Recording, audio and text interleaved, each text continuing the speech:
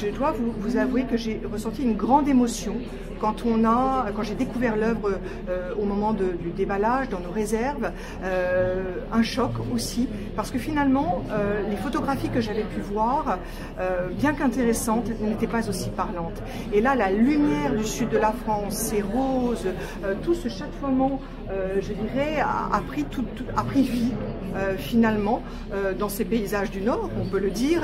Mais donc oui, j'ai ressenti un choc et vraiment une grande admiration pour l'artiste qui a su capter cette lumière du Sud.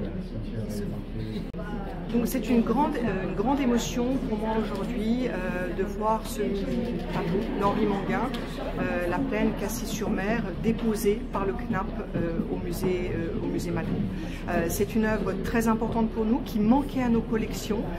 Henri Manguin n'était pas présent encore dans nos collections, alors même que tous ses amis fauves, je pense à Othon Friese, mais aussi à Albert Marquet ou encore à Charles Camoin, étaient présents et l'entourent aujourd'hui sur les cimaises du musée.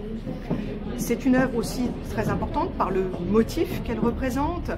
Henri Manguin est un artiste qui est né à Paris, qui va se former à Paris dans l'atelier de Gustave Moreau, qui va devenir très rapidement un ami d'Henri Matisse. Et c'est un artiste qui va découvrir le sud de la France à Saint-Tropez en 1904. Et à partir de ce moment-là, il va revenir régulièrement dans le sud, et notamment à Cassis-sur-Mer, en 1911, 12, 13, 14.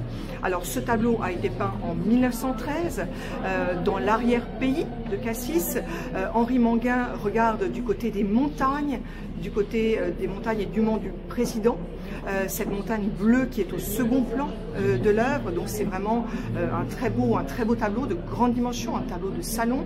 Au premier plan, vous avez des arbustes qui sont balayés par le vent, on le sent et on le sait bien d'ailleurs. À ce moment-là, Henri Manguin lutte avec les éléments, il lutte avec le Mistral, il essaye de combattre le vent alors qu'il est en train de peindre justement ces grands paysages. Et on le sent bien dans ce premier plan très agité. Par contre, au second plan, une route une route rose qui conduit à un pont à arcade, donc un second plan beaucoup plus apaisé. Alors, on ne peut que penser, je dirais, au travail de Cézanne quand on voit cette œuvre. Cézanne qui a marqué Henri Manguin, qui découvre l'œuvre de l'artiste en 1895 lors d'une grande rétrospective parisienne, et qui va s'inspirer très clairement de Cézanne quand il peint ce grand tableau.